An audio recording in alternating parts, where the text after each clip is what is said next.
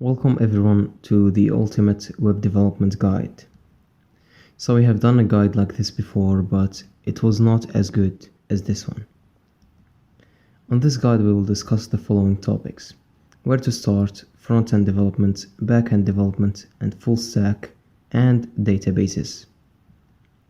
If you want more guides like these, you can find them everywhere in the internet. Especially there is one very good one. It's the Traversy Media's Web Development Guide, and it is a real ultimate guide. So where to start?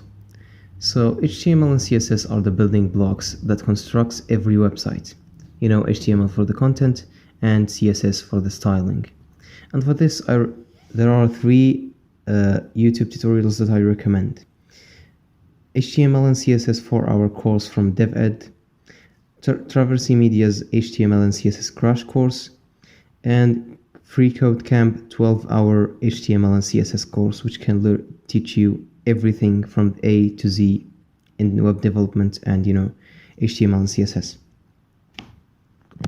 So if you don't like to work with CSS, there are alternatives, which are basically just CSS frameworks, and you might consider one of these following ones, most notably Bootstrap, Bulma, and Foundation. So you have learned HTML and CSS. What to do right now? You must do some projects. So here are projects to start. First project is a portfolio website. It is the perfect first website where you can feature all your future projects. The second one is landing page, and it can be a template for your future freelance work and a very good projects to show in your portfolio.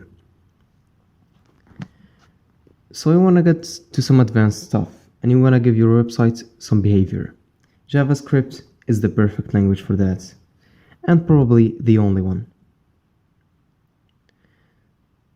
If you want to learn JavaScript, there are two tutorials I can recommend. The first one is by Free Code Camp. It's a 3-hour tutorial. The other one is by Clever Programmer. It's an 8-hour course that teaches you everything from the beginning till the end. So you have learned JavaScript. Now you have these three things up your sleeve: HTML, CSS, and JavaScript. So what to do? So I recommend these projects to start. The first one is a calculator, a very simple project to do. And the second one is a to-do application. You don't have to save anything in a database or whatever. Just use a variable to save your data, of course. Another two projects to start is first one is a budgeting app, a very simple budget app. You can add let's say you had a payment and you can add it, you had an expense, you can remove it, and it calculates your total balance and stuff like this. And the one that is very advanced is a 2D game, maybe something like Breakout. So now you learn or HTML, CSS, JavaScript, and some responsive design. You are now a basic front-end developer. Congratulations. Achievement unlocked. Now to some advanced front-end. If you want to do some advanced front-end, you have to know one of the famous JavaScript frameworks like Vue, React, and Angular. And here are some perfect projects to start.